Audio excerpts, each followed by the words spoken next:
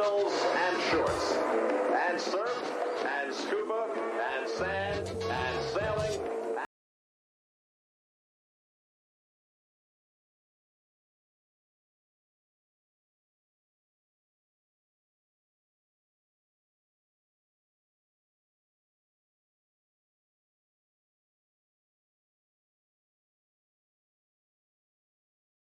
And soccer. San Diego, California.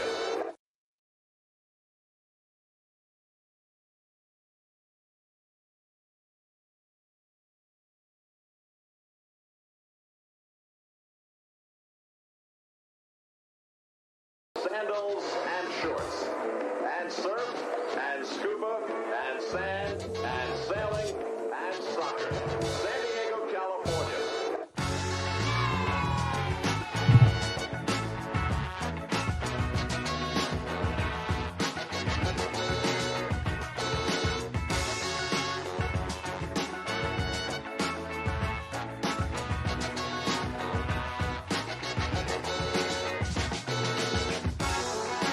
Season's greetings and welcome to episode 205. Two balls and a mic. New year, same us, new stuff, old stuff. We're back at it with another episode of Two Balls and a Mic. Let's go.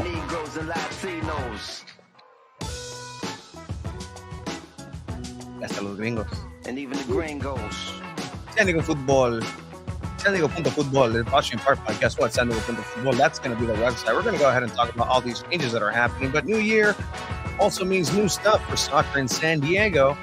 SDFC, what have they been up to? They've been putting some stuff online. There's been talks, there's been discussions. There's going to be a wrap-up of what's do we know up until now. A great article that popped up with a soon-to-be collaborator on San Diego.Football. We're also going to go ahead and talk about San Diego Wave and their player updates.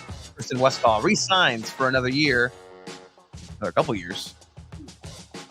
2 years to be exact, yeah. 2 years to be exact, Chiba. And also going to go ahead and just do general resolutions of what these two teams need to really think about and do starting 2024. Two balls and a mic is also going to be participating in, yet again, the soccer's halftime celebrity show, celebrity game, celebrity matchup. We already know we're on teams, opposite teams. Chiva's going to try to score me for a third year. And I'm going to tell you exactly why he's going to fail for a third year. I'll tell you exactly why I'm not. This is going to be on January 7th at Pechanga Arena. San Diego Soccer's playing a las 5:05. You can find me over there. You can find Dwayne "The Rock" Johnson right now. I'm sorry you couldn't be there. You can find him I'm sorry. over at Pechanga Arena right now, like literally right now. He's on Raw. I was there last night. I was walking around same halls as the big Samoan, the Samoan. But any case, season's greetings to you, Chiva. We're back. Season. Happy Feliz año. Feliz año. Your hands are cold. Super cool. Season's greetings to everybody who's joined us in the chat. We got El Boys, always Loyal Naku, Ismael. Seasons Feliz año. Season's greetings by Jeremy right there. Alicia, looking forward to the game on the 7th. We'll see you there. Season's greetings from Hawaii. Esteban Toscano over in Hawaii. What time is it in Hawaii right now? It's an hour behind. It's an hour behind California. Then season's greetings. Okay, no spoilers, 609 Soccer. I will watch wrestling after. You're watching us either through YouTube, either through Twitter or X, or through Instagram. Whichever your preference of consumption is, we are there now live streaming every Monday at 8. This is the 205th consecutive episode of Two Balls and a Mic. Puta madre, empezaste. Empecé. Last episode was a pre-recorded episode. It was because the boy was up in Yosemite. How was that for you? I'm very, very impressed that you can say the word Yosemite as opposed to Yosemite, which I actually called it Yosemite for a while. Because again, it's phonetically speaking, Yosemite. Yeah, sure. I also didn't make the connection of Yosemite Sam, the guy from the Looney Tunes. Oh, okay, boys. What? You didn't know that? Yeah, don't crack your fingers on the mic ever again. I do what I want. I'm about to get muted. Imagine. Yeah. I really didn't miss this place at all. Seasons to Nick Duffy. Again, Happy New Year, everybody. Welcome back in. Some changes are happening. Are you saying? Last week was pre-recorded because, again, I was up in our national park, one of them. Very, very strenuous drive through Fresno. Which, by the way, wait, paraste por tacos? Did you stop by for tacos? Which, by the way, leads me to my first point, and we're going to get to all the soccer stuff. Let's get settled in, guys. Welcome, everybody. For those of you who haven't made the drive from San Diego, you know that you have to pass through Fresno. We have a lot of friends in the San Diego soccer community who are from Fresno, rep Fresno, or, Elijah Martin, everything for Fresno and everything. And so one of the most controversial things that Fresno people kept saying and kept telling us, and we kept hearing because they keep coming up and interacting with us in such a aggressive way, but saying that Fresno tacos are better than San Diego tacos.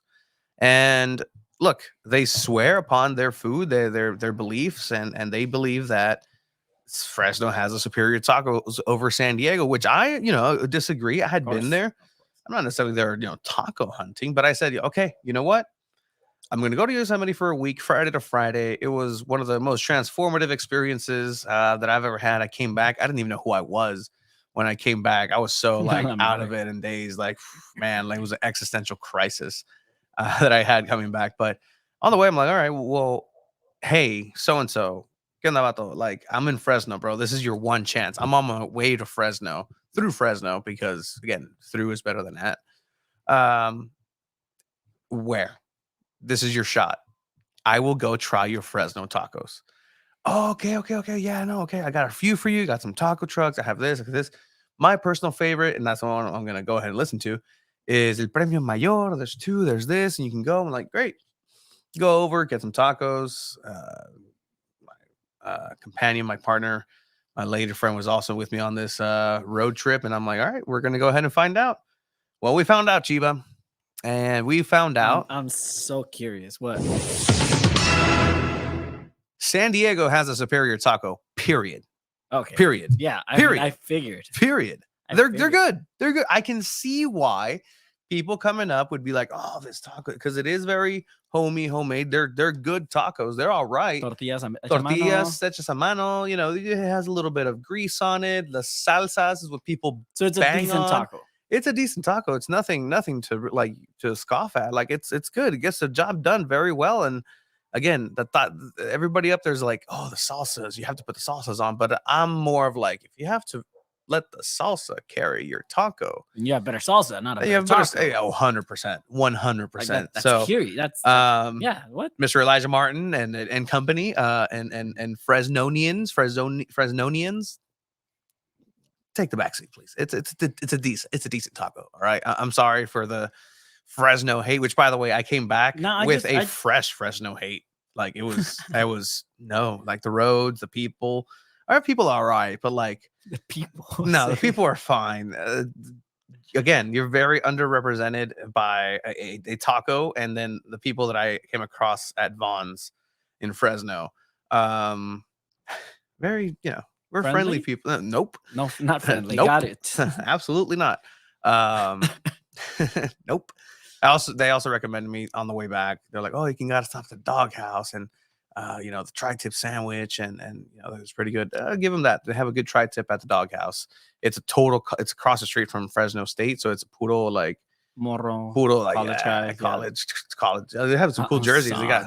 They got Lorenzo Neal signed. They got like a Derek Carr, and like it's a pretty cool place. Would I drive the 7.5 hour or so the 6 hour drive to Fresno just for that?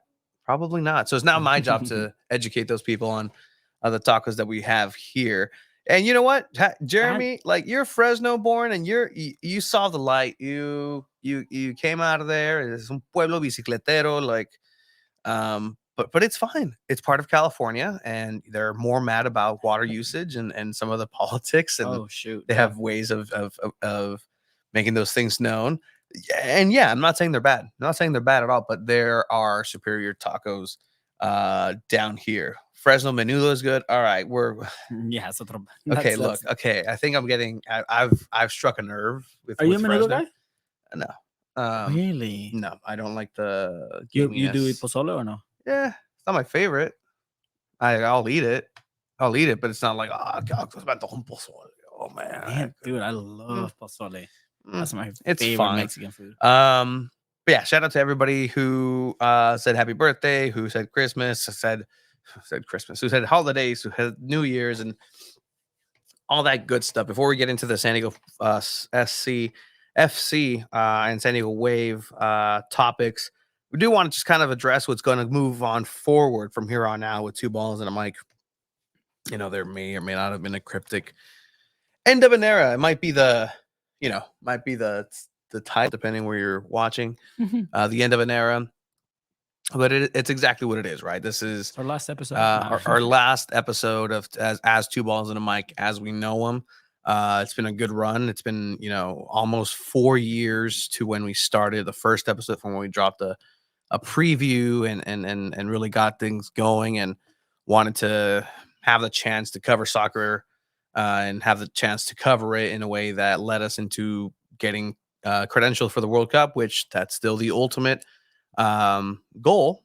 That's still 2024. We'll have our discussion about goals for next year and what we want at that point. I've seen some people even on Twitter who rep Fresno pretty hard started to come out. Maybe they heard it. But no, essentially, like, it's a new chapter. It's a new day. Yes, it is, for what we have in store for two balls and a mic in general. We're not going anywhere. I'm very prideful about the streak that we have, 205 weeks in a row. But do you want to tell them what's going on, Chiva? Yeah, sure. So essentially, Two Balls and a Mic will stay as the official name of the podcast, but it'll be under the San Diego Punto Football umbrella, and that's what everything's going to be kind of transitioning into when it comes to even social media handles, stuff like that. It's going to turn into San Diego Punto Football. Two Balls and a Mic will remain as the podcast and content creation, I guess, in a way, for San Diego Punto Football, the main one, but there will be other content creators joining us as well and dropping things under the San Diego Punto Football umbrella. When it comes to writers, I know you've been talking to someone recently as to someone that's also down to start writing for the website, but it's moving forward. We've been kind of hinting and promoting it a little bit, where the website's going to start kicking off, and this is the start for that. It's a new year, new me, same mission type of thing, right? And that again doesn't mean that the name Two Balls and a Mic is going to go anywhere. This show, this housing, this look, just this when we have guests. Hey Drew, hey Drew, like all that good stuff is going to stay. Two Balls and a Mic. This is the name of the show. But when it comes to credentials, when it comes to events, when it comes to, you're saying, the social media handles, when we break news, right, like. And it's also kind of a reflection of what we have to do because of what we're covering, and being intentional of, not everybody thinks it's an innuendo joke, which it happened to be. That wasn't the initial thought of like, oh, let's make it two balls, and I'm like, no, like, we're just two fat guys who will have a microphone in front of them to talk. Like, that's literally it. Now, did it turn into this? Sure. But,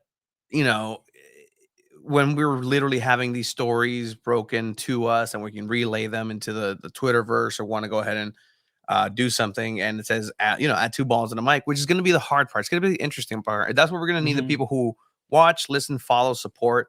What Chiva and I do is, really push this next iteration forward of San Diego Punto Football, because we're going to be changing on the actual handles. Two Balls and a Mic will exist somewhere else.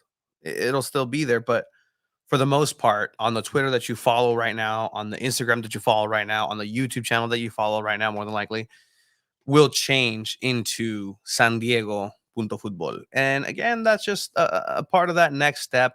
People have been asking of like, hey, when are we going to go ahead and open availability to support you guys in a different way, maybe even a Patreon or some sort of like that. And so some of those things are coming. They are on the way, and that's part of this rebrand that we want to go ahead and do. But we've started doing it like, hey, you've started doing it at Wave pressers. Hey, Alejandro from Punto Punto Fútbol. Football.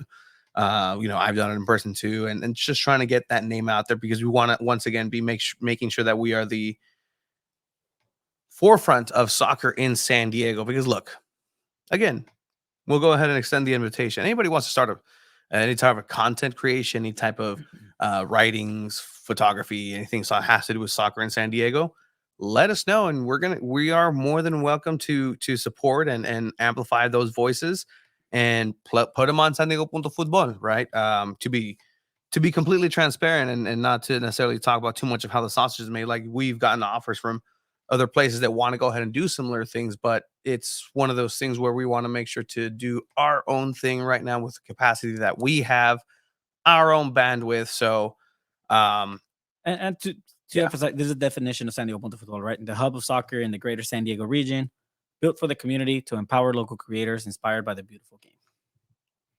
Did you read that? Yeah. Okay, cool. Because I sound like something like that was written, but it was really well said. It's been written. It's been written in the doc. Yeah. It's essentially our mission statement for San Diego Punto Fútbol. Say it again. Mission statement for San Diego Punto Fútbol. Ready? Right.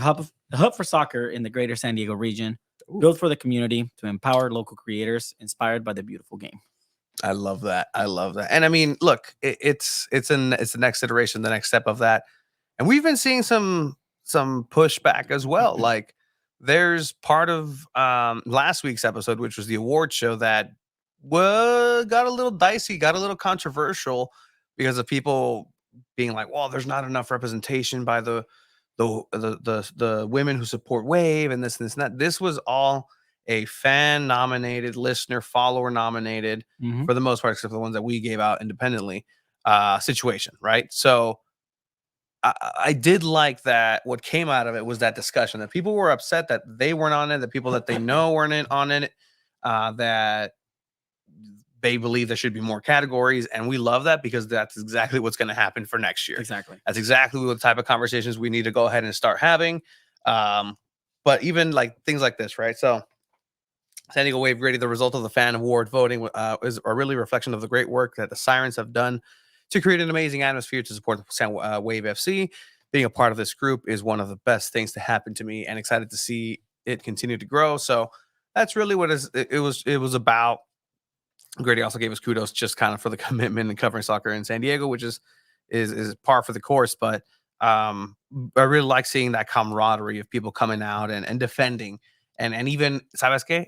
Even Albion, like, there was discussions there of like, well, why wasn't so-and-so nominated? Because you didn't nominate it. Because we weren't gonna go ahead and do that. And again, moving forward, that may change, and we might have to implement our own nominations because of that. So it's a work in progress, but I like the discussion that was being had. Thank you, Esteban, again over in Hawaii. Mahalo. Nick Duffy, exciting step towards 2026, and that's exactly what it is. This is with the eyes to 2026. Oh no! Me copiaste. Oh man! Me copiaste, güey. That doesn't mean you should do it. Estúpido. Yeah, exactly, Nick. It's an exciting step for sure, and it's a step in the right direction. With that said, that direction is going to go ahead and go right through 2024. This new year, today being the brand new spanking year. Again, hopefully everybody was nice, safe, had a great time. How was your New Year's? I was in Mexicali. So like, I drove 9 hours back from Yosemite. And again, it was. Then you went to Mexicali. So I came back. I drove 9 hours on my birthday. Are you okay? I'm good. Jesus. How far is the drive to Mexicali? Jesus, do you mind? Are you telling the story, or am I telling the story? I'm asking questions. Are you asking questions for questions that need to be answered after? I'll wait till the end, Coach. Yeah. Jeez. Anyway, so about 9 hours, came back on my birthday, got here, unpacked, talked with my family. They, did all that. Happy feliz cumpleaños, hug, great. Next day, drove to Mexicali for about 2 hours in the morning, to and from. Came back here yesterday, got home like at 11. And my family is the type of family that does a lot of my mom specifically does a lot of superstitions. And let me know in various chats, Twitter, Instagram, and YouTube. Keep an eye on Instagram. See if anybody's I saying am. clearly no one's saying anything. No, they are. I'll read some right now. Okay. Oh, I like finish that. your story. Oh, thank you. But yeah, so we're the family. My mom has this like 5-6 rituals that she does every year. Let me know if you heard any of these. Throwing money on the ground. Like literally, there's coins across my entire house floor right now. Just coins. Because if you spread the money and the wealth amongst your home will be blessed with a lot of money in the incoming year. Sure. There's also a lot of rice, white rice, just uncooked white rice as well. I don't know that one. I've never heard of that I one. don't know that one, but it's there. Okay. What is that one? No? I'll I'll ask next year, but it's a prosperity for something. There's also a luggage next to the door for the prospect of traveling. And I heard that one. Okay, cool. Have you heard the egg in the water? No. So she'll get a glass cup. She'll fill up the glass cup with water. She'll crack an egg at midnight, pour it into the water, and it's supposed to the whites of the egg, the la yema, the yellow stuff will go and sink, right? But the egg whites will stay up and kind of create like a little spikes and like whatever should. And if it does, and it creates like a little castle inside, then you're gonna have a great year. It's almost like a Groundhog Day, like if you see the shadow type of thing. If there's did you do that too or no? I don't do it. They do. Oh. They do it for the house. But if the Castillo doesn't show up, then might not be the best of years. Checked in this morning. It's a pretty depleted castle we got in there right now. Let's see. We got. I just on Instagram. Shout out to everyone watching Instagram. We have the 18 Battalion saying Happy New Year's, fellas. Love it. XH Photography with the fire emoji. Shout out to you. And we have Chris Ribbit joining, saying the goats. Happy belated birthday, brother. Oh, season. And then saying amen to that. I don't know about the rice though. Yeah, I don't know about the rice. Weird. The grapes. Do they do? Grapes? Yeah. So grapes at midnight. That's a classic, like, oh, here are your grape. One wish per grape. Gobble. Dude, I was 10 seconds and I had 4 grapes left. What do you mean 10 seconds? You do it before the new year? Yeah, right at midnight. You have a minute to eat all 12. Okay. So you did it before midnight? No. No wonder your dreams don't come true. I like the Filipino tradition of 12 grapes the minute after. Yep, to ensure the 12 months of health. Yep, that's for us. It's 12 wishes.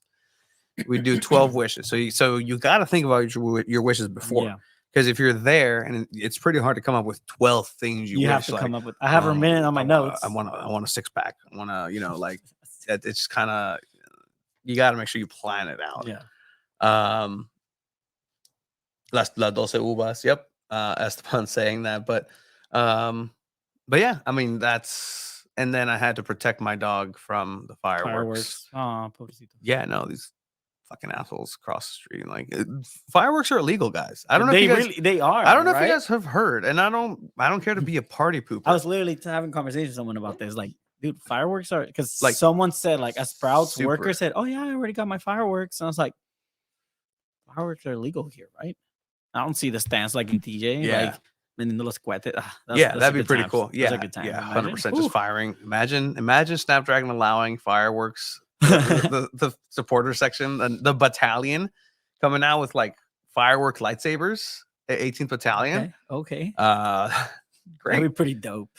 In any case, that's kind of what we had protecting the doggo, and that's, that was my New Year's. Chill. I had a great week in Yosemite. Literally a whole different world over there. Yeah.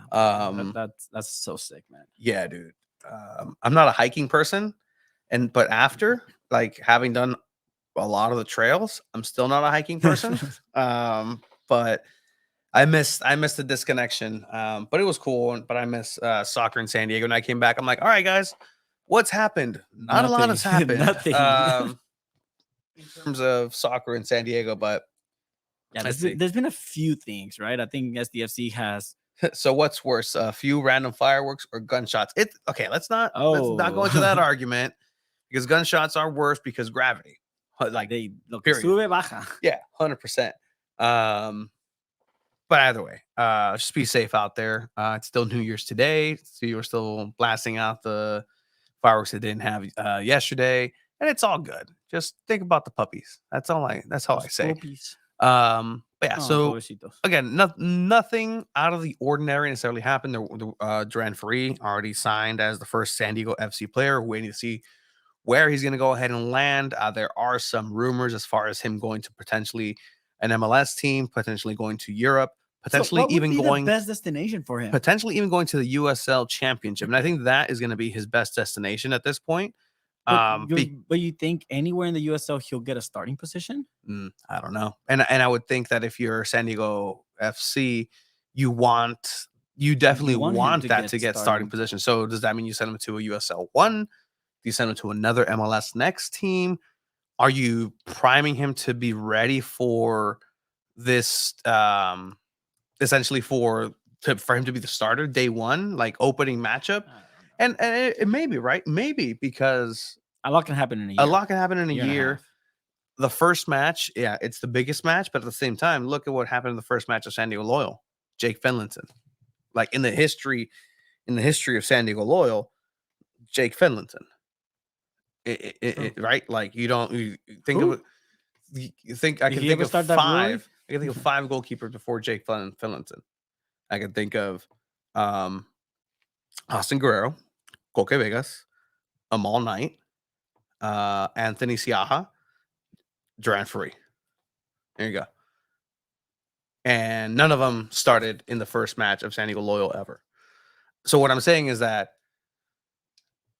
they would want to potentially more than likely have him be the starter day one, unless again there's a superstar signing. Because let me tell you something: if there is something that happened over the course, Hugo Lloris to LAFC, yeah, that's insane. Yeah, that's what you're competing against. That's what's This is going to a be World happening. Cup winner The captain of the World Cup winning team. Like, this is huge for a rivalry, a potential rivalry that you're looking at down the line with LAFC. And because I think Lloris had gotten injured, right? Yeah, no, he had a pretty terrible injury, and he came back. But again, he's still playing. He's still going to be doing amazingly. But yeah, LAFC announced today that the club has signed legendary French goalkeeper Hugo Lloris to a guaranteed contract, or Loris, through 2024 with options for 2025, 2026. Lloris will occupy an international roster slot upon the receipt of his P1 visa and international certificate. As they're saying, as president and general manager said, Hugo Lloris is arguably the most successful goalkeeper in his generation and a proven winner. We are just not a top half. Incredibly excited that Hugo has chosen LAFC as his next phase.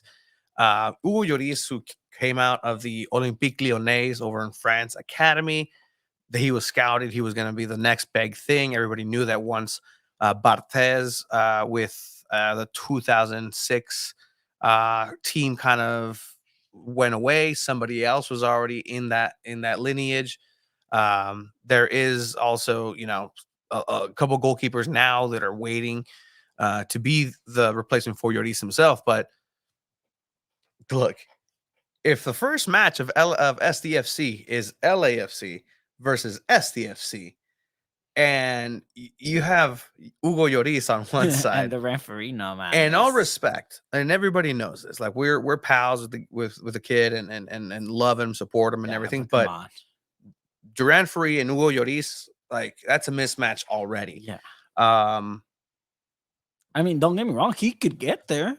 He can get there. Get talent-wise. Or SDFC signs another goalkeeper. Yeah.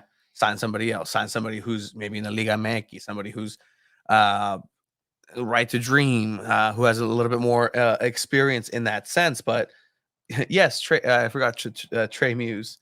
But at the end of the day, like, that's going to be an interesting thing to look at of how this team is going to be built. LAFC is adding pieces and into something that's already established. SDFC is the newest, most brand new thing that's coming into the next year, and they're trying to revolutionize the MLS with their style of play. And with that, I mean, Head Case has an interesting point. That they would have to loan Durant to the Denmark League, FCN, for him to get time. Again, that's a possibility, right? Like that's exactly the possibility there with what can be done. I mean, you have the world's youngest soccer team in the world, FC right? Norseland, absolutely. So why not add a very young, decent, with a lot of potential goalkeeper? Will he get minutes there? I don't know either. I think the best chance for him to get minutes is either MLS Next or USL League One. I don't think he would get a starting position, maybe in Las Vegas Lights or something, one of those teams that don't really make playoffs. Yeah, because have a chance. what's going to happen is that if you're looking at things, right, Koke is a starter of San Diego Loyal because he fit Nate Miller's style of play. Of course, Durant Free is there. He earned the number 2 spot. But, you know, with a competition of Koke, who isn't necessarily the best shot stopper, the best overall package goalkeeper, he's great for what he does. But if he couldn't beat him at a USL championship level, what makes you think that he's going to be ready then in a couple years and a year and a half of training wherever he is? And again, hopefully this is a trial by fire situation and he's able to rise above all expectations and be and shut everybody up and prove why he's one of the biggest prodigies behind in front of net for the US in general. But there's still a lot of time until then. So, I mean, I don't know what people think about that. Nick Duffy saying, does signing a big name player go against challenging the pay to play model? I mean, you have to compete. I think that's a little bit of a strap. I mean, I think the pay to play model is more when it comes to youth soccer, and going like anywhere from like the ages 8 to 16, right? Anything there where that's more like the pay to play model where everyone's against it. When it comes to the pro level, I mean, it's a business at the end of the day. You have to send money to get a good player, and those are transactions, and that's what it is in the Premier League. That's what it is in La Liga and anywhere in the world. Even with an academy, you're still going to go ahead and if you want to be a competitive team in the professional sense, even at a lower mid-tier league or below mid, like the MLS is, and keep trying to be, then you still have to sprinkle in some veteran experience there. Yeah. Whether that's going to be people who are coming directly from the Right to Dream Academy, who were in it and have experience because they are out there. They are already winning important titles throughout the world in the MLS as well, and bring them back home and saying, hey, we have this cool project. You guys know what it takes. You guys know what it's all about. Come on in, come on down, be part of San Diego FC, the inaugural team, and then have that be the blueprint while we start cooking these younglings over here. Mm-hmm. And then we start spreading them in and finding talent that way. I mean, it'll be interesting. Yeah, no, yeah. So his next thing, I know he understands the element of it, but which I knew he did. I don't know why of course he explained it. But a marquee signing, it does. It's but you have to play both sides if you want to be competitive. And again, that's the big if. And we've talked about this, and we'll keep talking about it, and we will raise it once we have that access to the Right to Dream people, the Right to Dream officials at SDFC. We've already reached out to the club and starting to go ahead and start to look at potential dates and stuff to really talk and find out what they want about the technical side of this team that's coming in, because it's going to be really interesting. What's their job? What's their job in the grand scheme of SDFC? Is their job to come in and bring the talent from San Diego up in order to have the best product and most competitive product? Is it to raise the talent locally, find those players, and then sell them off and make a profit? And hopefully the Right to Dream model is then raised as well, because guess what? This player came through the Right to Dream Academy, this player, and now they're playing over here. I had a conversation actually with somebody at SDFC about Duran Free, actually. And I'm like, so what's going to happen? 4 or 5 years from now, Duran Ferry is doing fantastic, amazing, and he gets sold off from SDFC, and he's playing at Villarreal in Spain, right? And he wins a Europa League, or he wins Copa del Rey, or he wins I don't know, something elsewhere. The Eredivisie. He's playing for Ajax. He's playing for Feyenoord. Whoever. What's going to be the tweet, or what's going to be the discussion about when he wins that? Duran Ferry, right to dream product. Congratulations. Duran Ferry, SDFC, right to dream product. Is he really a right to dream product? Is he really that? And the response that I got was actually, it obviously makes more sense. Like, he's like, well, wouldn't we want to go better with San Diegan Duran Ferry?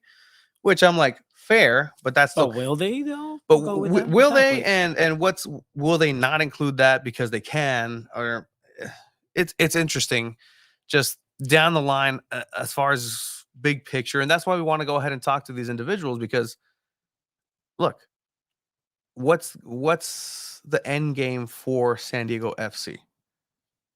If I was to be in there, my only priority would want to be, as a selfish San Diegan, removing myself from everything that we've done here, the San Diego football, two balls in a mic verse, not covering, not being fair, neutral, unbiased.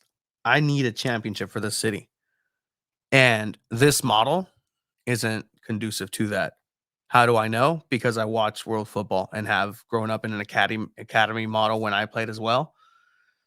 It doesn't yield championships immediately, at least. No, it's a But championship once in a while, and that year of that championship, it's a great fucking story. And yeah, and that's kind of what Cholos did, right? When they won it, like, they had been playing in the second division, they were starting their academy. They scouted Joe Corona, part of that team here locally, the local boy.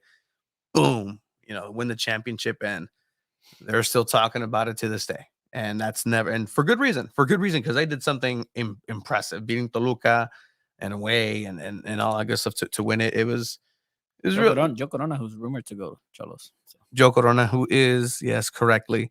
Our sources say that that's actually, in the works a little bit more further than people who might not be paying attention to it. But other than that, there was a good little wrap up, and I want to give credit to San Diego FC UK,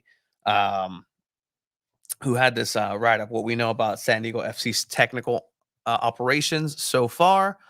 But again, it's just a really cool little write-up article here that they wrote, because there is information out there as far as where SDFC is, and especially through the right to dream model. Obviously, it takes a little bit of takes a little bit of investigation and a little bit of Sherlock Holmes, a little bit of stalking on LinkedIn to really get a grip of who is here. Mm-hmm. But again, great write-up with the information out there. So we know that Tyler Heaps, a group of head recruitment and insight for Right to Dream, appears will be supporting to build this squad. That's what I'm saying. These are some of the individuals that are already in place and starting to take care of the soccer side of things. And I want to know what they want from this team. What are they looking for? Are they looking for champions? Are they looking for that first team one? Are they looking for the future? Are they looking for talents to grow and sell off? He's previously the director of sporting analytics and U.S. soccer, and most recently the head of sporting technology and insights at AS Monaco. We know AS Monaco. Mm-hmm. AS Monaco is very successful. What do you know about Monaco? Oh, they produced Mbappe. Okay. They had Falcao, kind of revived his career a little bit. But AS Monaco is just essentially one of those feeder teams that they create talent and then they sell the players. And that's what Monaco, they had that good run. They got the semifinals in the Champions League. Well, I think they won the league over PSG. So just it's that team where, man, this one year, specifically this one year, was one of the best years in Monaco's history, and that's what everyone goes back to, right? That Mbappe year where he kind of blew up. Uh, Fabinho, there you go. But that's essentially what we know, right, about Monaco. Yeah, so I mean, Monaco is a team that plays in France, and they're definitely one of those legendary teams, red and white. But what's one of the things that this team really has is that knack for finding talent. And you know who else played there? Rafa Marquez. Rafa Marquez played in Monaco. Berbatov played in Monaco.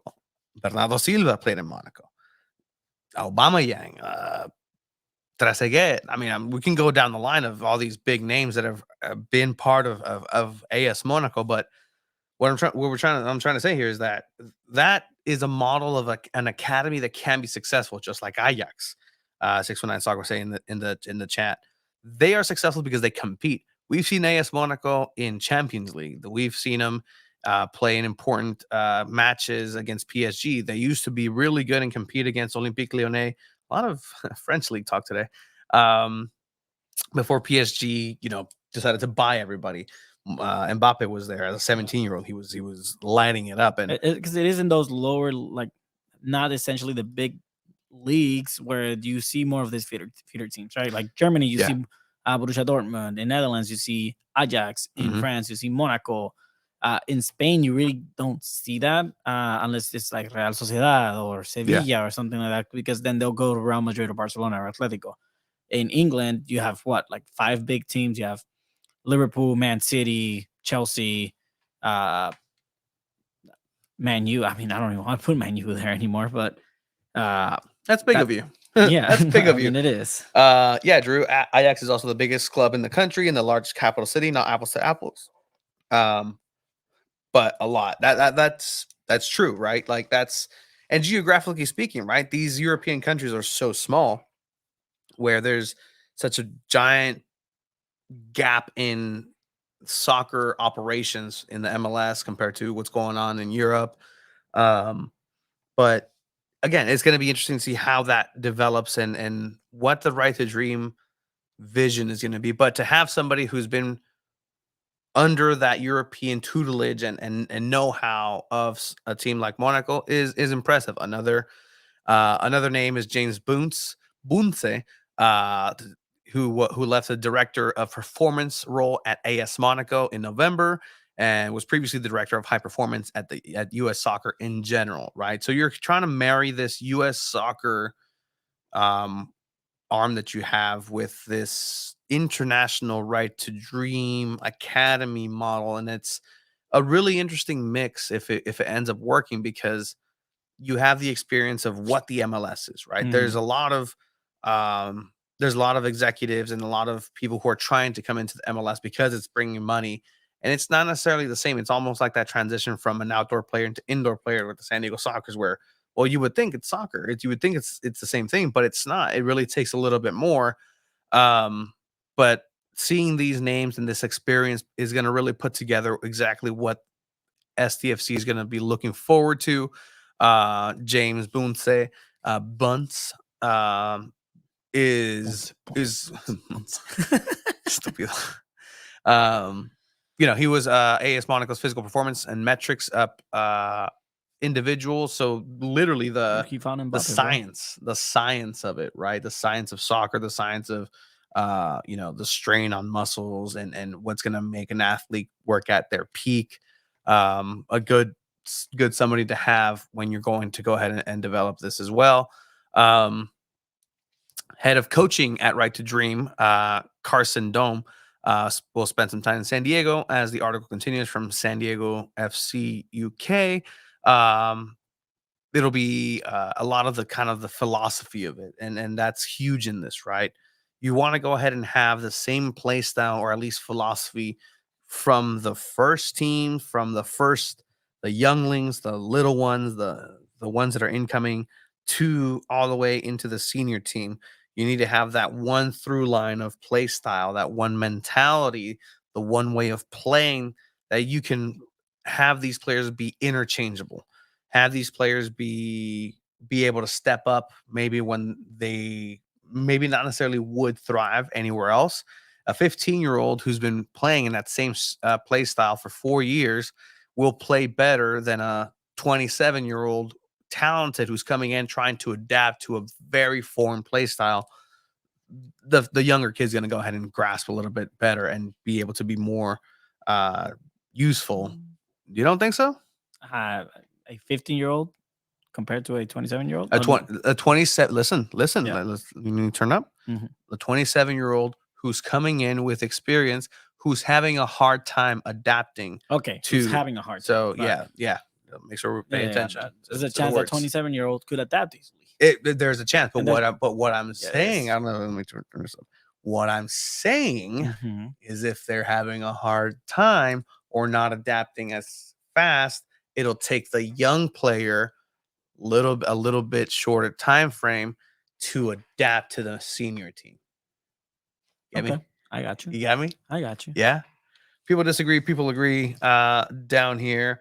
No, but yeah, absolutely. That's something that will not be forgotten. San Diego Loyal is what gave Duran Free to the world. Duran Free is a San Diego Loyal product, and 5, 6, 7 years when he's at the Europa League championship match, when he's playing over for the Club World Cup and beating Haaland and Man City, because he's playing for Corinthians. He went to Brazil for some reason.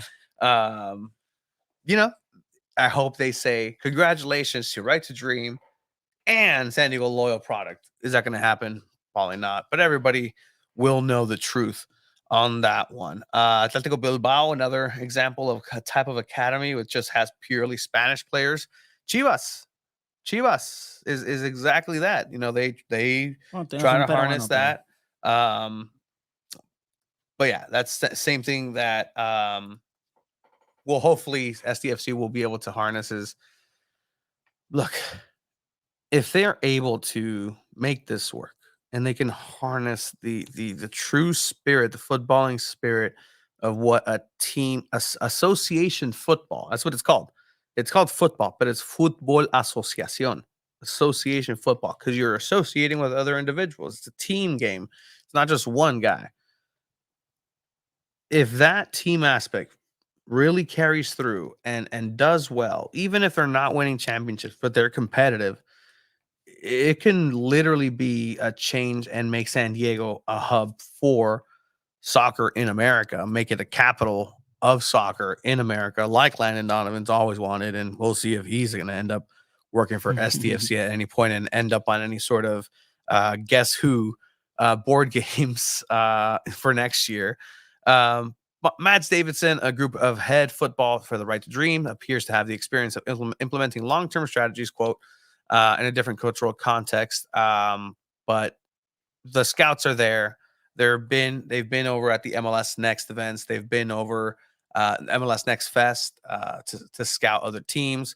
I know Boateng, not Jerome, not Kevin Prince, is also part of a scouting here as well. Derek Boateng, who was a former professional footballer and Ghana international, played at AEK Athens and Getafe. That's kind of where we're at with the soccer in San Diego, as well as that goes, right? So we're going to try to get more people onto the show in person through Zoom. Well, not even Zoom. We canceled Zoom because we do StreamYard now. Through virtual means. But I also want to go ahead and give a huge shout out. If you haven't gone and read it, San Diego FC UK's article, what we know about San Diego FC's technical operations so far. Great write-up. We actually had a conversation, and looks like we're going to go ahead and have them also be a contributor for San Diego Football. As we announced at the top of the show that Two Balls on a Mic, the show will remain. However, San Diego Football will be the name of all the handles moving forward. Everything's switching. So say hello to San Diego Football on Twitter and Instagram, and don't be a stranger. And that's the thing, that that logo, the Two Balls and a Mic logo, all these stickers, people know them. People know them, and it's humbling. And it's great. Still be around, but it'll still be around. But you guys will want some San Diego Football stickers, 100%, and there will be merch with it. There will be Two Balls in the Mic shirt merch too. Yeah, 100%. you can look forward to that. There's also going to be, you guys love him. You know him. I mean, well, one of the two at least, right, guys?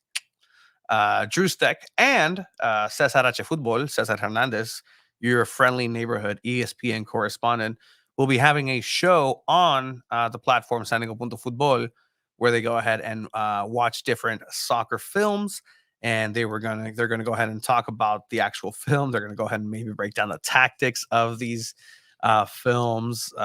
We went over a couple of the films that are coming up, but let them know what games you definitely want to go ahead and want to see them talk about. That's going to be really fun, and we have a couple of other surprises coming down. When we welcome people to go ahead and join us as well in that venture. So with that said, moving on to the breaking news for San Diego Wave that happened while I was hiking through Yosemite and hiking in Mariposa Grove. Hiking 2.5 miles to get to the beginning of the hike. Oh, because it's winter and things are closed and roads are closed.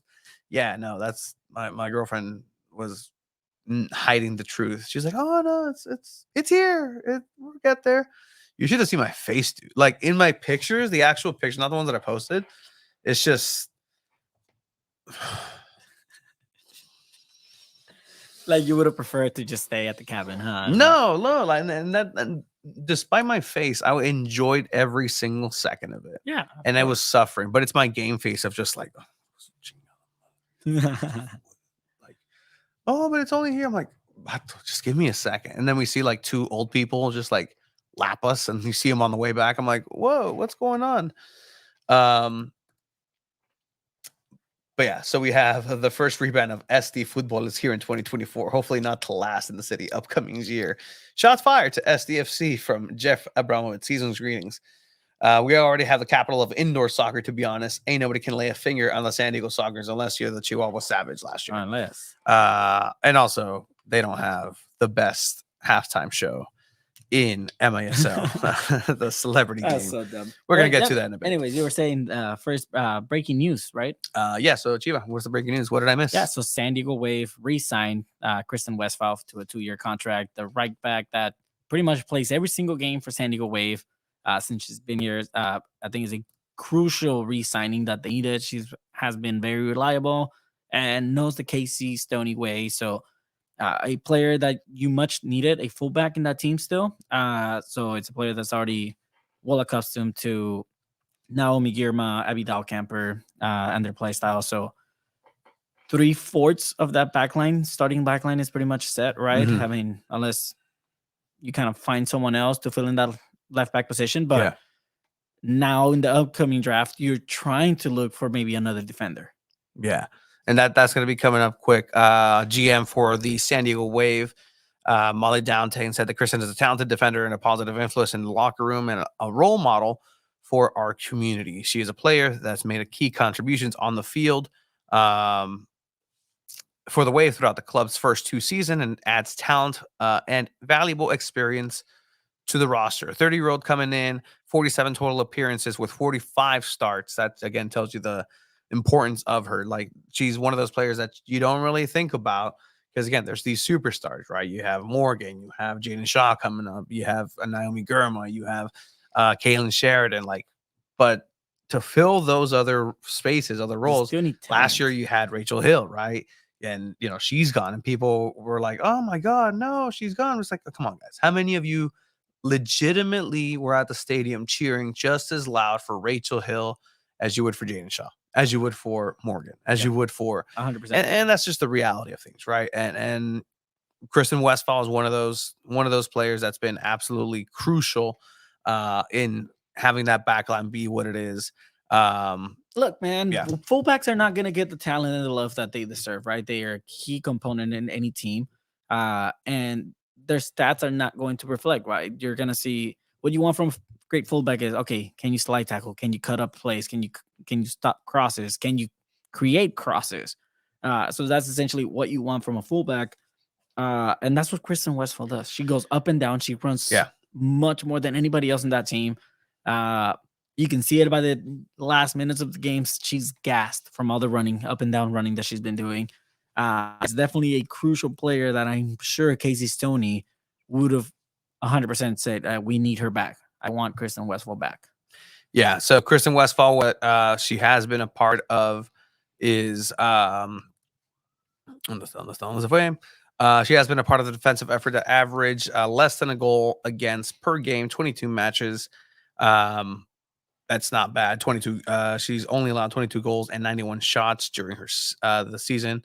Good for her, the second lowest and the third lowest of the league, respectfully. So San Diego Wave right now has the most signed players on a roster than any other NWSL team.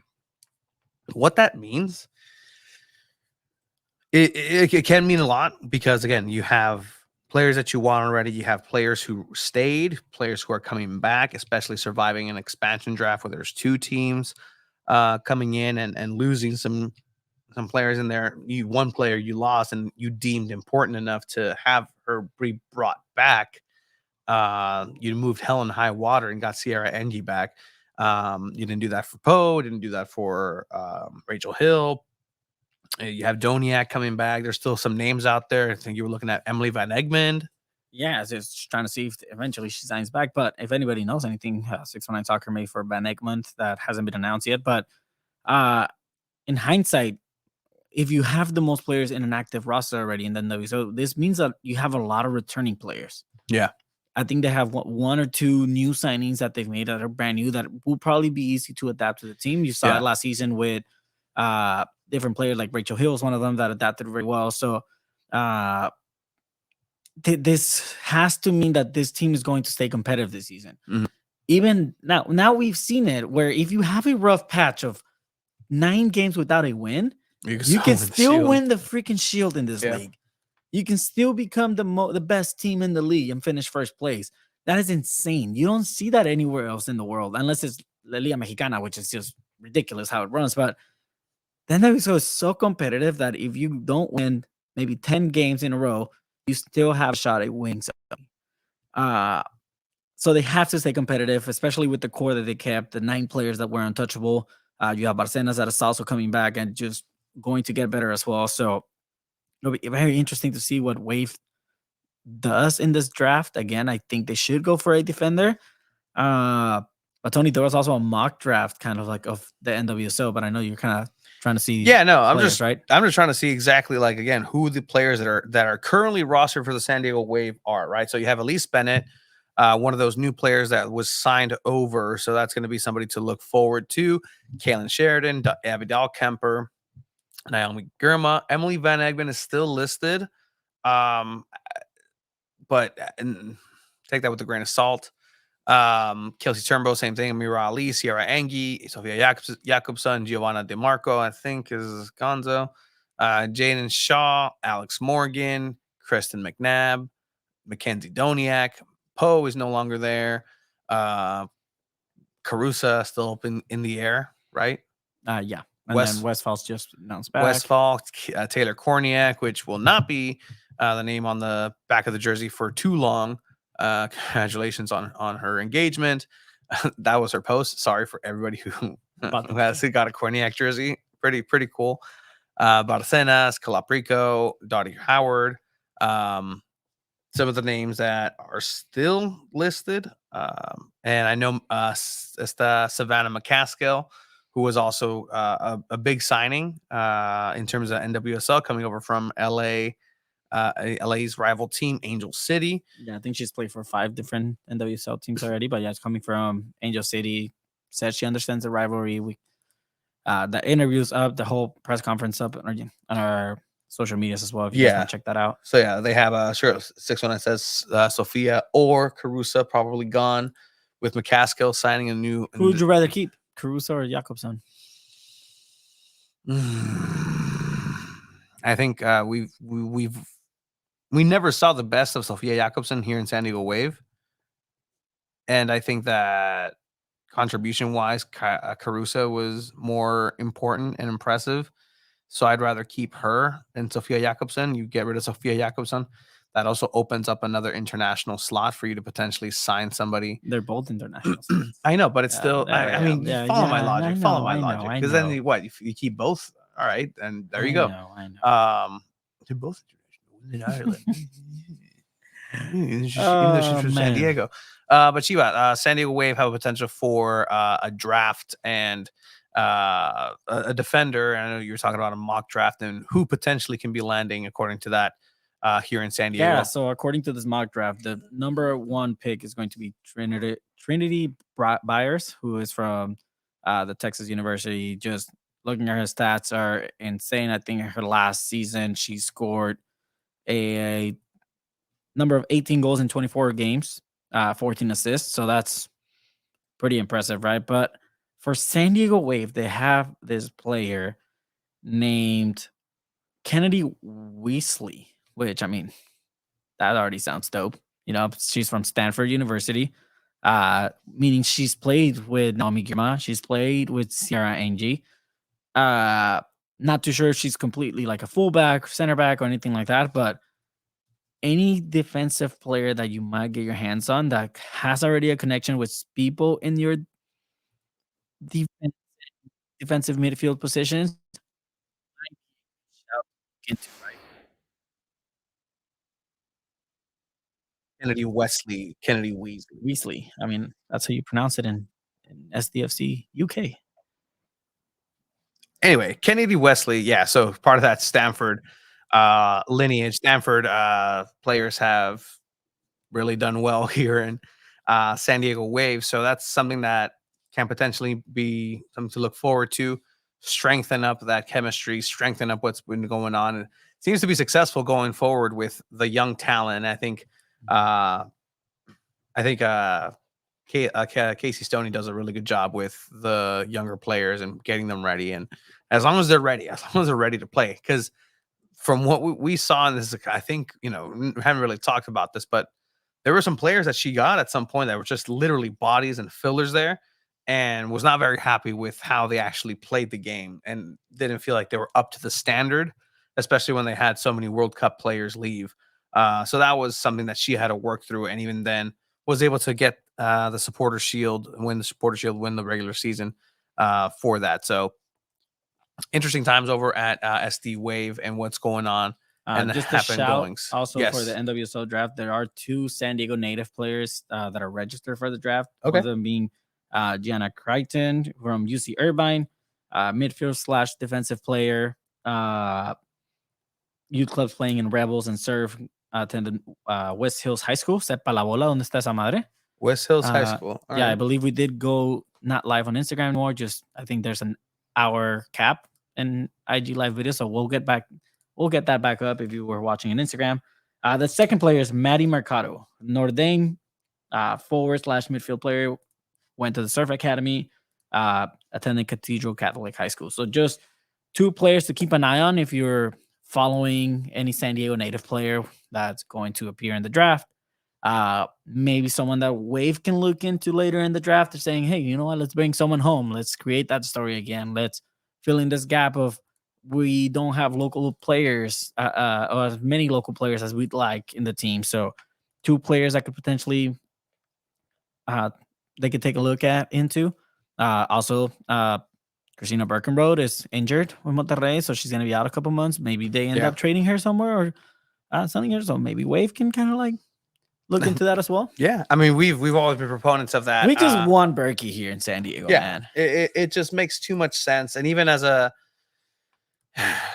bench player, as a rotation player, like Christina Birkenroad has a talent. And again, it's part of that same line of disrespect that Mia Fisher was getting when Tigres, and we certainly know a couple things about Tigres Femenil and Liga MX Femenil and the Femenil and the pedigree of that league. So it's, I mean, have some respect.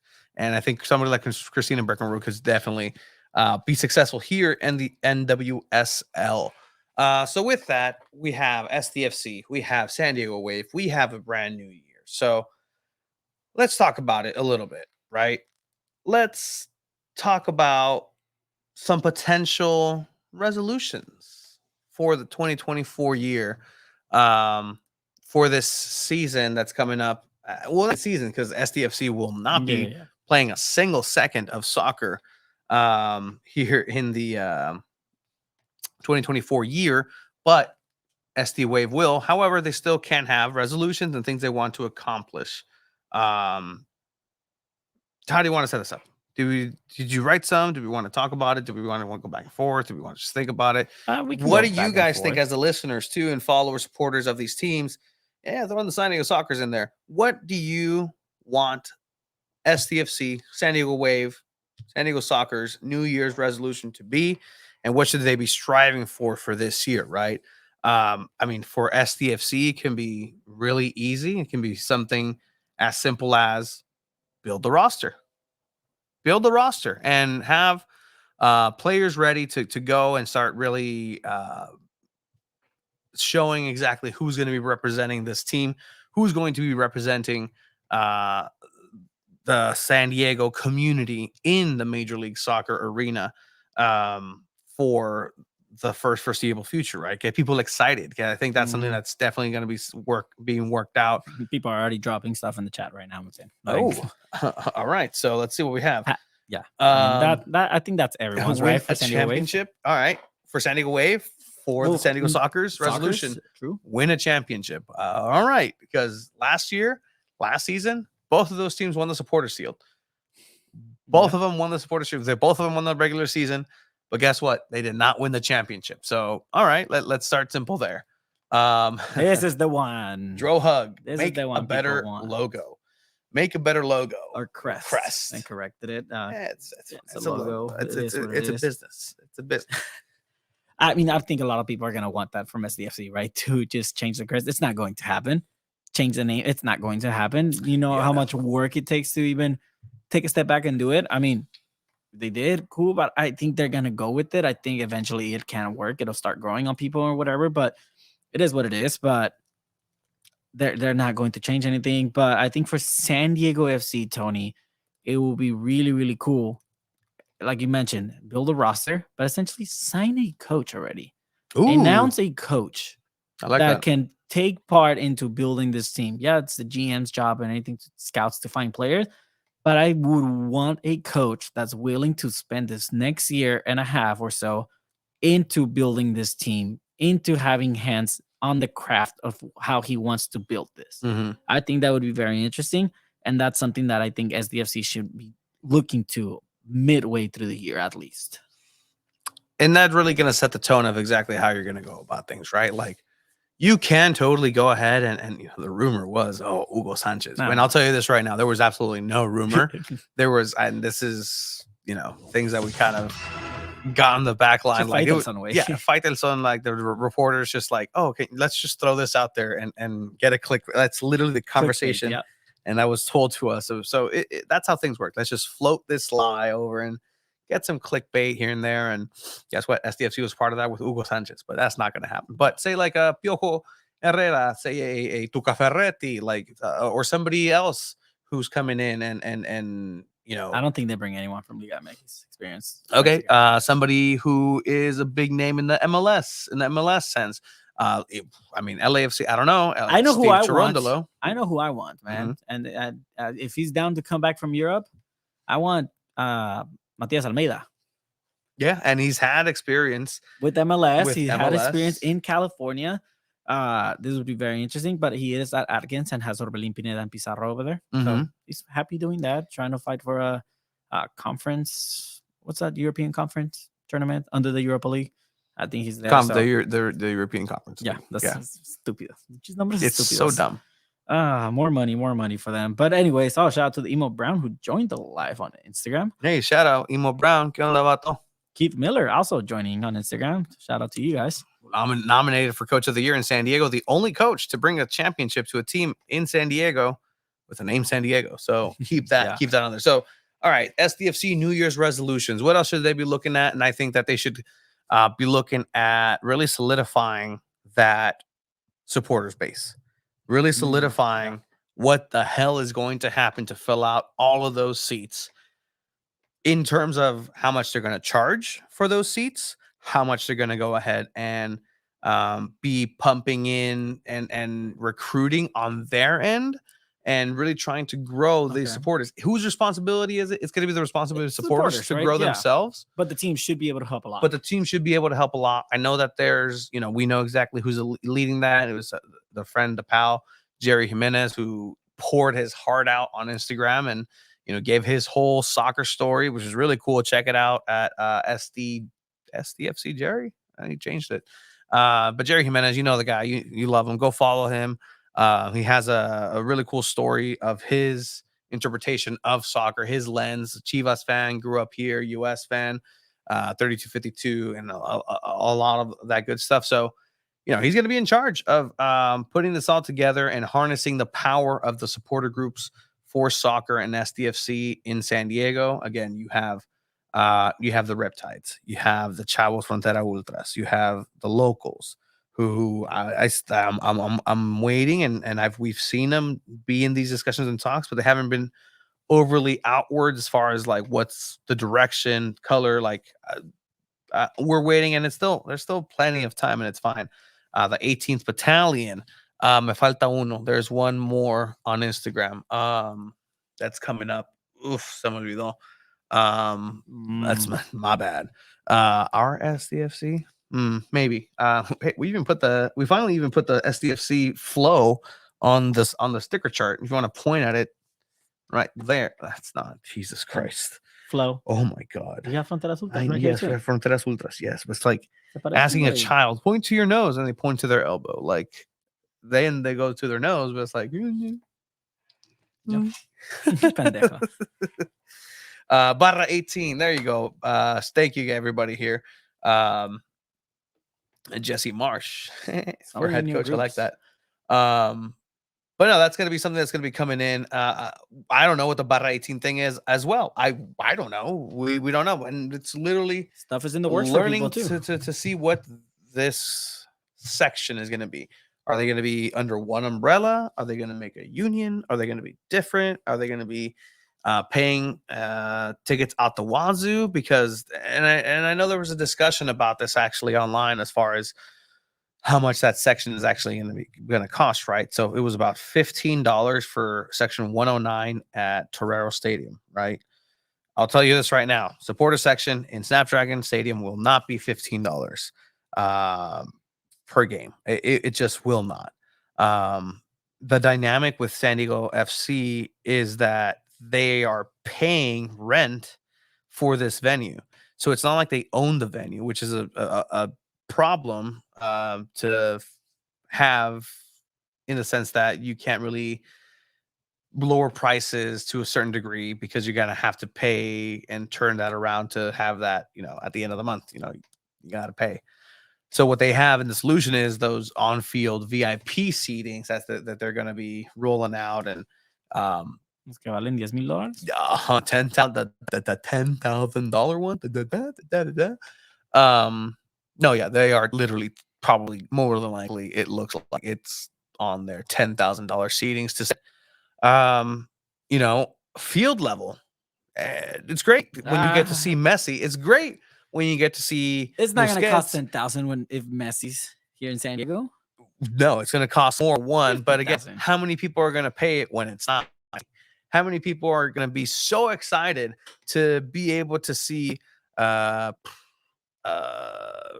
Toronto FC's roster right there? Oh man, I need to pay $10,000 to watch Insigne. You could have paid $10,000, flown over to Napoli and watched Insigne, probably from a very similar spot. It wouldn't even cost. And it wouldn't even cost $10,000. We would have been incredibly cheaper. $1,000. And you would have seen other players in Napoli who are infinitely more better. Wow, that's a crazy way of looking at it. Isn't that crazy? That is a crazy way of looking. Dude, a ticket to Europe round trip is about $1,500. Okay. Somebody's been looking at flights. Yeah. But I mean, to spend $10,000, yeah, you're watching them here. That's in San Diego. Not for me. That's cool. If you have the money, go for it. That's fine. That might be for you. I wish I could. Yeah, like this is the future for Snapdragon, right? You get your little cubetita. I'm looking behind. What else is there? You got some snacks. You got some spritzers. This right here, you got those seats. You have Messi there right in there. a jam-packed day game at Snapdragon Stadium. Oh my gosh. You know, this is what we're hoping I to like how they see there. put this picture, but it came out of Tom Penn's mouth, right? Where Mhm. there's not going to be many day games. Most of There's them are going not to be at night. supposedly there's not going to be many day games. Yes, that is correctamundo. Man. And this Love is what's interesting. Wave FC is just going to end up being so much more affordable to go to, and that's honestly what Wave should start literally considering. Buy the fan base with affordable soccer in the same venue. Again, you're not going to be paying the same thing for courtside seating, and this is a terrible comparison because the reality of sports, and it just is what it is. You're not going to pay the same amount of money for courtside seats for the LA Lakers than you will for the LA Sparks. No. Yeah. Period. Yeah. That's successful. Will they have these sitting? Will parking be the same for both? Probably, if not more, for SDFC. Like everything could potentially be more expensive at SDFC for a variety of reasons. Dude, either Snapdragon through the parking team. is more than Disneyland parking. That's insulting. I hate Disneyland. San Diego County Fair is better than Disneyland any day of the week when they're actually operating, but that's insulting. That's disgusting. That's inhuman. Wow. That really upset me right now. I didn't know that. Really? Yeah. How much is Disneyland parking? 35 and $50. 40, 45. 40, 45. I think the NWSL champion was 45. 50. I think 50? it was 50, 45, $50. Yeah, we said pasan. Take the trolley, guys. Public transportation. But yeah, so let's see. Is it growing on people or is it Stockholm syndrome, Tiba? Mm-hmm. Let me look that up real quick. Oh my God. So will they be behind the benches? Let's take a look at some of these images, right? So I think they're going to be bench adjacent, right? So because no, I think they're gonna be across. They're the gonna field, move the benches. No. It's not even. No, I don't think it's because look, that right there to the right underneath the screen, that is the press box. Yeah. So this is where they come out, and this is where the seating is, the bench seating is for Wave. So is all of this next to that pink and SDFC lineup that's coming out of the tunnel? Is all of that premium seating? I think they're gonna have some across the field too, right? I don't know. Yeah, because look, go back to the other picture. This one? That logo behind, that's literally what you see, like on the other side. That is Basher Field, but then that's wrong. So because have that whole side. Because the porch, the Saquon porch, isn't on that side. The Saquon porch is on the other side. Okay, yeah. Right? Yes. Yeah. No, that's wrong. That's completely wrong. So whoever designed this, we get the point, but that's wrong.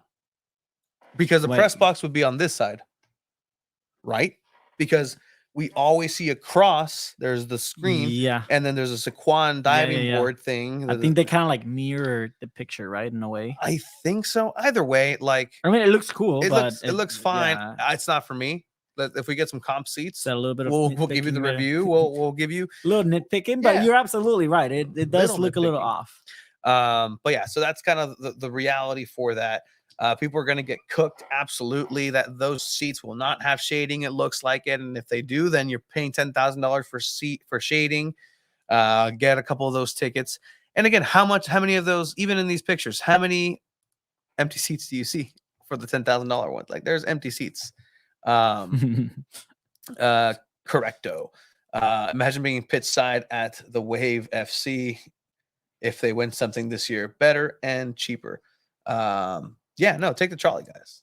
Yeah, 100% take the trolley. Life goals, says Paul.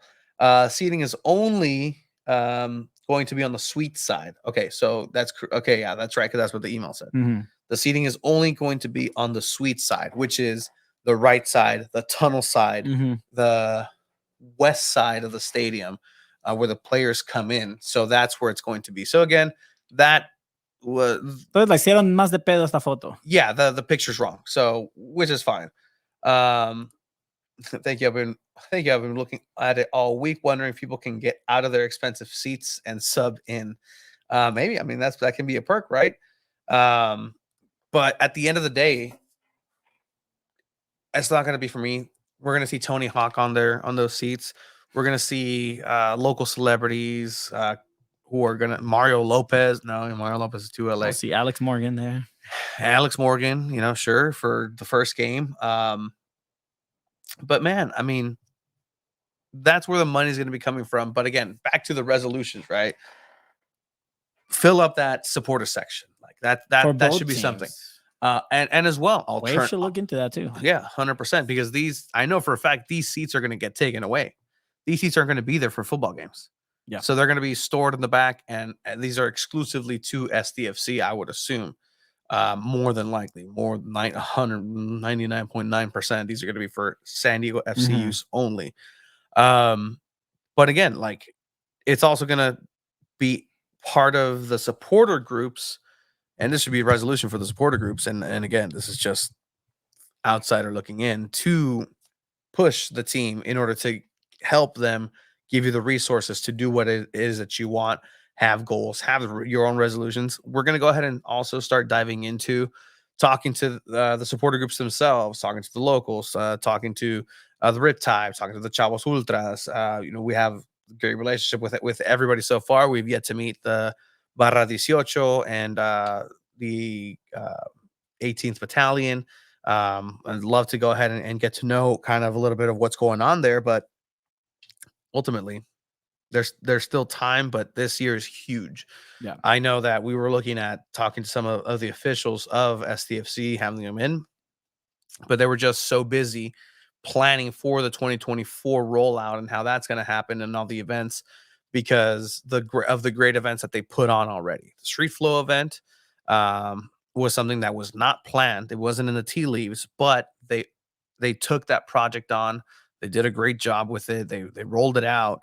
But that took time away from the planning of 2024. So again, that's left to be seen. I know for a fact they're going to start the Chrome Ball tour in San Diego, and how that's going to look for the different cities. So look for a very reflective, very reflective soccer ball heading your way.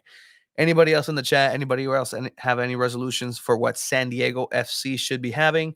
Go ahead and drop them here. I think also the training facility should be nearing completion at that time, because again, they're going to be coming in very, very, very soon. And it's a short turnaround for when they complete it to when the first season of 2025 starts. Something that somebody else was just telling me as someone here is they should do like a beach soccer surfing contest in Oceanside. That'd be really cool. I'm sure they would probably come up with something. Yeah, like that. that'd be pretty cool. Yeah. A beach soccer tournament. There's a lot of beach soccer. You already brought in the skating world with soccer. Might as well bring the beach soccer and surfing. Beach soccer together. An interesting thing that was said is like, will the players, let's say they sign a veteran, right? Let's say somebody, Mo Salah, let's say Chucky Lozano, let's say Raul Jimenez, somebody, right? Signs for SDFC. Most of Wave players are North County folk. Like, that's where they live, that's where they reside, and it makes sense because they train over at the surf in Del Mar. Will these players, Raul Jimenez, whoever the marquee signing is, live near Siquan? Is that where they're going to live? Because the nice part of San Diego, there's nice parts of San Diego everywhere, but like anywhere that's not directly in East County is a drive in order to go ahead and get to for training every single day. True. Right? And so the academy kids are going to live at the academy, obviously, but if you're going to have 1, 2, 3 superstars, you're going to drive. If you live in La Jolla, is that what it is? What? Is that what you're assuming? Is that did you look it up? 30, 40 minutes. Let's look it up. Without traffic, I would go with 40, 45. 40. All right, so I'm who am I? Mo Salah. I'm Mo Salah. And I live La Jolla for sale. La Jolla homes for sale. Yep, that seems like a good one. Look at that. This $12 million beautiful home. There we go. Yeah. There we go. There Oh you my go. God. I can see him living there. All right. So, guys, if you guys are looking into buying some real estate, La Jolla, here we go. Beautiful $12 million home. We'll look at maps, and then we go to. I'm just going to type in Siquan. Be safe out there, guys. I know it's not there. I'm just going to put Siquan Resort, right? There's no trains there because for some reason I have it for trains. Right now at 9:27 on New Year's Day, it'll take 40 minutes. All right. That's without traffic. Well, that's without traffic. That's the mornings. Now That's with early in the traffic. morning with traffic. Even then, The crazy thing is I'm assuming, because I've never driven on a commute anywhere from La Jolla to Siquan. It's Okay. always going north. I'm assuming most of the traffic will probably be from that area more inland, right? mm-hmm. So therefore, in the mornings, you probably won't get traffic heading that way. Granted, I mean, that guy Salah could have a driver. He could, it could have a driver, but that's still going to take 40 minutes out of your day, right? Again, we're talking about world football. Right now, he's in Liverpool. The circumference of Liverpool from end to end is probably how big is Liverpool? I mean, he could live in the Jamul area. Liverpool is 51.5 miles. This is 31.3 miles. So, all right. Maybe. I don't know, man. Like these are questions that are going to be answered not by us, and we'll ask them because again, these are interesting things. Because is that going to be a tell of how many academy players are going to be on the first team because they're all going to be housed there? San Diego Loyal had players that lived around the training center, which is very far from the stadium itself, which is another thing, right? So your training is over here, and now you're going to play at Snapdragon, which is here. What's that dynamic going to look into? Some of the players for Loyal also started living in Hillcrest and North Park, and then started moving and transitioning. But a lot of them were roommating, as we find out. Let's see. Salah will be a Rancho Santa Fe. Will be in Rancho Santa Fe further. Paul said helicopter is always an option. Coronado, Manny Machado has a house there. Yeah, I mean Coronado. Yeah, it's an option. But again, that's a drive. I think it's a longer drive now. Probably helicopter, as you're saying, is always an option. That'd be all right. But either way, it'll be interesting to kind of go from there. Wouldn't it be shorter from La Jolla to downtown? Yeah, 100%. But again, real estate is there, guys. $12 million, $13 million for a 5.5 bath, 9,000 square, 6-bathroom house. Qué bonito, lo bonito. All right. So Jeremy over here, one last one for SDFC. I want to see more SDFC office this year. Half of the people I've met are LA people. Has Tom Penn moved here yet? That's another part of this rollout that we're going to be doing with finding out exactly who SDFC is and who the people are that are making these decisions. Who is designing the marketing? Who is designing the way that SDFC will be presented to the world through the lens of MLS, through the lens of soccer?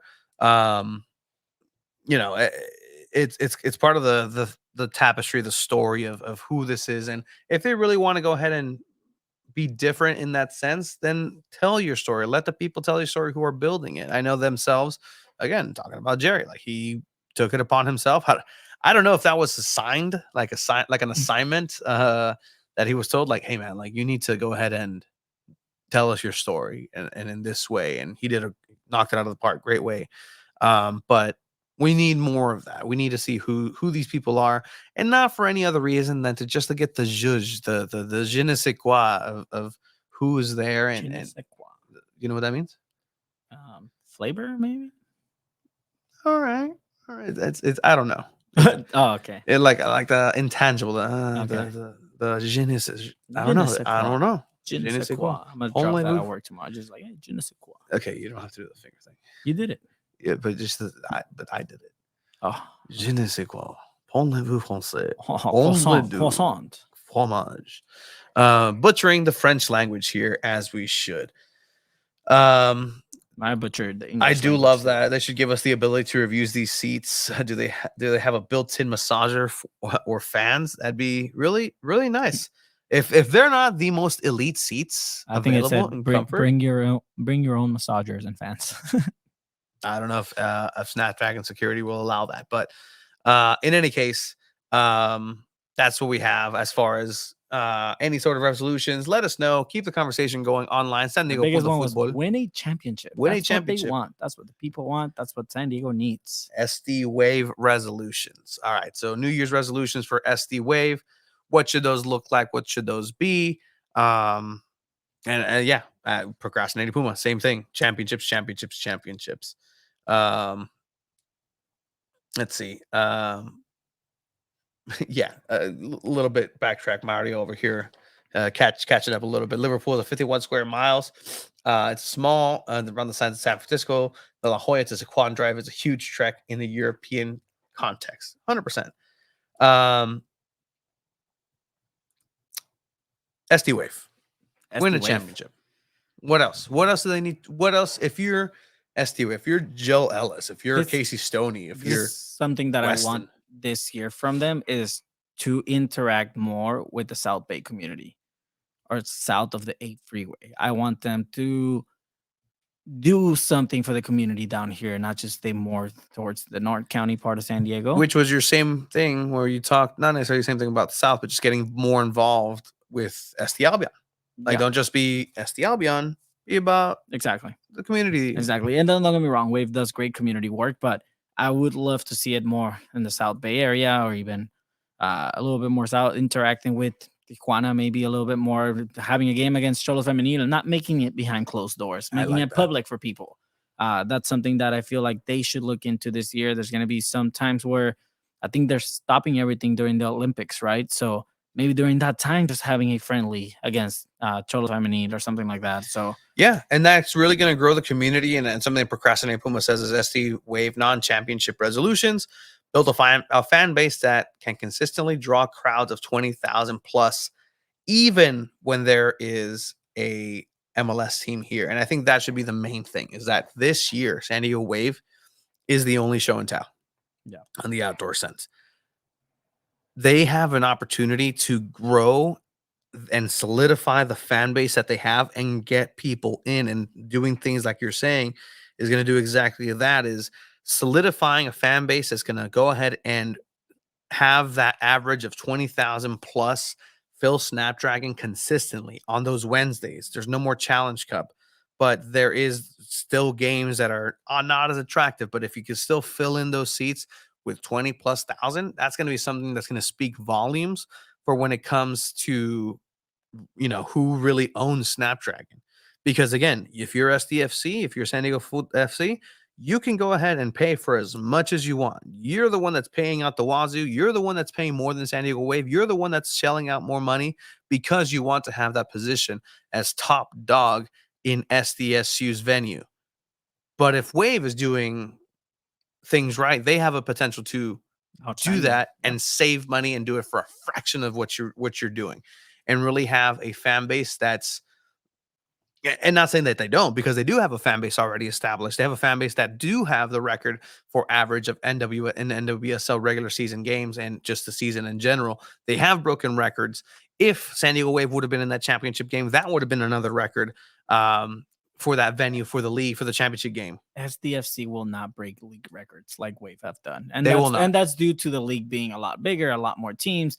There's stadiums that have like a 60,000 plus capacity, right? But you're not going to get that hype of, oh, SDFC breaks MLS attendance record. Like, that's not going to happen. Yeah, and again, this is kind of what's been going on in terms of MLS too. They're using satellite venues, not just the home venues, for some of these matches. El Tráfico over at the Coliseum is obviously going to have a capacity 90, for 90,000, something that you can't have with 35,000 here in SDFC. You can't have that anywhere here in San Diego. Anywhere at all. I think so according to online, it's 82,110 spectators on July 4th, 2023 at the Rose Bowl with LA Galaxy and LAFC. That's the record for games. Now, however, for home games, Atlanta United has the highest average attendance of any MLS teams at 47,000. You cannot fit 47,000 if you're MLS. Again, those records will not happen. You can only break Wave records. average 20,000. They right? average 20,000, and That's half of that. Yeah, and that's the highest average for MLS. Like, and there's the stats that show, right, like the average attendances and all that stuff, but it's going to be very interesting if Wave do end up having higher numbers than SDFC. Yeah, and they are doing a tournament during the Olympics, so there will be some action there. Esteban says, make the Sirens better. It could be way better, and I think by having Weston, the supporters liaison, is going to do great things for them. 100% agree. But again, it's going to take a village. It's going to take a lot of work. It's going to take the right timing. It's going to take the right people. It's going to take the right vision and the right rollout. And the team itself has to be held responsible. You have Shannon McMillan now, who is also working with the community through San Diego Wave. That's a big name. You have all these people who have experience locally that know what it takes to grow a solid, loyal fan base. So, you know, it's a matter of just like SDFC has those resources with all the supporter power that they can possibly ask for in San Diego soccer on the men's side. Wave will also now have all eyes on them, all the resources they can use, because it's not like a loyal situation. The resources that SD Wave have are nothing to look over. Yeah. They are significant, and they could have already done these things that people were talking about in the chat that we were mentioning. They could have already have done that, and they did not. Yeah. They did not do that. And guess what? It's working. The marketing is literally soccer moms in North County, and it's been working. So on their end, it's like, well, why do we have to do anything else? Like, it's working. But you can do so much more, and especially when you have a real chance to stick it to the MLS and stick it to SDFC of like, we're the little sisters. We're the number 2, number 3. Watch this. This is the year. Correct me if I'm wrong, but this is probably the most important year that San Diego Wave has in their entire existence. Just because you're going to be the only show in town in the big stage. If you win a championship this year and go from, hey, we made the semifinals as the first like expansion team in the NWSL in the first season. Oh, we won the Shield in our second year and lost in the semifinals again. You go to the final this year and you win it right before MLS comes to town, like comes around with their state. That's going to speak volumes. Yeah. And this is going to be the most important season yet for San Diego Wave. You already won the Shield. You already made playoffs your first year. This is the year. Going to the championship is not going to cut it. You're going to have to win it. And I think Casey Stoney knows that pressure, and that should be her biggest resolution for this team. Look, let me paint it to you this way. This incoming year, San Diego Wave has a great team. San Diego Wave is doing good. They're making playoffs. Don't necessarily have to win the Supporter Shield because you already won that. That's fine. But you make it to the championship game. And Alex Morgan says, this is my final season. I'm going to go out on top with a championship. A la Rapinoe. Does not get injured in the first minute without touching the ball. Does not end a career with a torn Achilles. And even if she doesn't score, it's fine. But that's a storyline. That's what can really put this team over in that sense, and just lay the groundwork for the next generation of SD Wave teams with Naomi Girma, Jaden Shaw, Barcenas. That next generation of soccer talent that's going to be feeding into the U.S. Women's National Team, which is, again, another juggernaut of fan support, attendance, and all that good stuff. Oh, yeah. But I mean, it's all wait and see right now. It's all wait and see, and I really hope for the people that we know, the people that we are in contact with, the individuals, the players, that it works out for San Diego Wave at the end of the day, and they have the best and most positive 2024. What else? Is there anything else that SD Wave should be looking at? For Wave, I mean, it's going to come down to their community work, and it's going to come down to their performance on the field. I can't really think of anything else. I mean, I think they do a great job at their giveaways they do during matches. I think they do great stuff when it comes to that. Maybe doing a halftime celebrity game. That would be cool. That would be cool. I mean, Get that's actual, just celebrity game where you bring that's in being like selfish. no, not even us. Yeah, no, not even us. Like No, like oh, like big legit, name- like big oh, name like have people, let's like- again Tony yeah, Hawk Tony out there. Hawk coming down and they play a little halftime game or something. I feel like that would be something cool or interesting to do. Fucking do a media game too then if we're being a little selfish. Yeah, Why let's not? be a little selfish. All right, so let's see anybody else. Like Procrastinating Puma kind of mentions the soccer too, right, earlier, but yeah, share this one. Go ahead. Hey Glenn, how are you? I don't think you should have to work on a holiday. That's how dedicated we are. I was at Yosemite for a week and we still did not break our streak for 204 consecutive weeks of programming. And a stinking little New Year's We is make it not work out here. We make it work. not gonna stop that. Honestly, the holidays more the Eve. I think as Mexicans, the Eves are more of the we love holidays. Eves. And Adams are cool, but Eves. Stupid. You like that? It says, sorry, Sockers. I wish more people care about the work you guys have put in, but we await the wave. And it just goes with indoor versus outdoor soccer. Resolution for the San Diego Sockers: win a championship. And Craig Childs, you're 1 point away from 400 points, and you guys are doing great. Check out the San Diego Sockers games. Again, I am employed by them, but at the end of the day, it's a really good time. It's just fun. You get a free Legoland child admission ticket if they do well. I'll just leave that out there because go find out how much it takes for them to get there. If they score a certain amount of goals, it might be 1, it might be 2, it might be 7. You get free cookies at the Cravery cookies, which I hear are pretty good.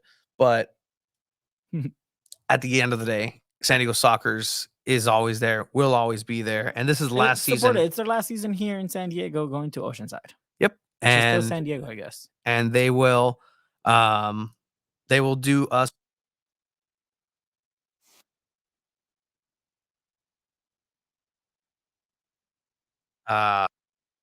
celebrity halftime soccer match.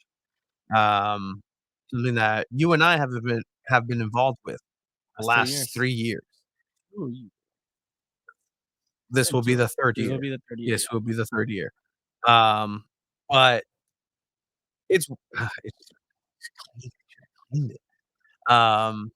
It's honestly a great time. You like having it. It's honestly a great time that we have out there, and it's really cool that they allow us to even be out there. I've played and I've won twice. What about you, Chiva? Lost twice.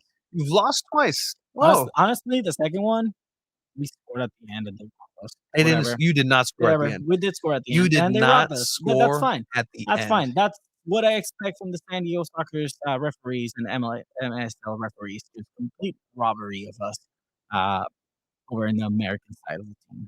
Yeah. Okay. So last year it was the U.S. versus Mexico, a showdown, half and half, for I guess supremacy, dominance, and Mexico won. Team Mexico won. I can't believe. Hey, when are they announcing rosters? We are actually announcing rosters tomorrow at Sockers Overtime at 5 p.m. on Twitch.com. Check it out. And it was twitch.com/San Diego Sockers. So you already know who's in the team? I know who's in the teams already. Okay. Hey, wait. Okay. This is non-soccer. You're not employed through them right now. I am. Yeah. Okay. I still am. Mi equipo. Vale madre. Está chingón. You'll be fine. Damn it, Look at this. Oh, you almost scored. You almost scored. And that's your goal. That's your only goal. You don't care if you win. You don't care if you lose. About that. You just want to score on me. And let me tell you, Chiva, for the third year in a row, you will not. You know why I will? Goal. Why? Because you're going to be commentating the first half. Yeah. You're not going to get those little 20 minutes of warm-up that you require. You're going to suck this game. You're not going to get to warm up. Even if it's an 8-minute game, your freaking huge-ass body needs to warm up. You're going to get hurt if you don't. You're not going to be. You're not going to be. the sharpest that you can be. And you're going to suck in this halftime game. And you're going to blame it. disagree. You're going to blame it on that. You're going I to blame it on, disagree. oh man, I couldn't warm up. I had to Look work. at how happy I you had guys to- were I had when to you guys think thought you scored. I had to think of what I was going to do after. I have to go change and this and that. And you're going to put excuses as to why I'm going to score on you or even lose. Look how happy You guys dropped us. We Cabana scored Boy on the Jeff. buzzer. No, you didn't. Yeah, we did. You didn't Yes, we score. did. Let's get Yes, some we audio did. in here of Qué your mamadas, güey. disappointment. Mamadas, güey. Nos robaron. Like, güey, denos la chance, güey. Like, del gol. Vete a la verga. Scored there. We No, scored but on the buzzer. No, the buzzer Oh my sounded. The gosh. buzzer sounded. We scored on the buzzer and we got robbed, man. Definitely check that out next Sunday at 5 p.m. That's when the soccer game starts. Halftime game will be around 6:05 p.m. A complete robbery. This is a redemption. Is So- Cabana Boy Jeff in my team? I can't reveal that. You're gonna have to tune into the Soccer's Overtime at 5 p.m. on twitch.tv Dude, I work. /Soccers. Guess what? You can always find it after on YouTube or on your favorite audio platform. But I will tell you this. Is it celebrity or You- media? Celebrity. But that's what the name was. Like they wanted it to be celebrity media, but they just said celebrity. Okay. That doesn't mean that there's going to be more celebrities in media. It's just the way it's Okay. it's spoken. Okay. The one thing that I will tell you is that it is confirmed we are on opposite teams. Yeah. Okay. Cool. I figured that.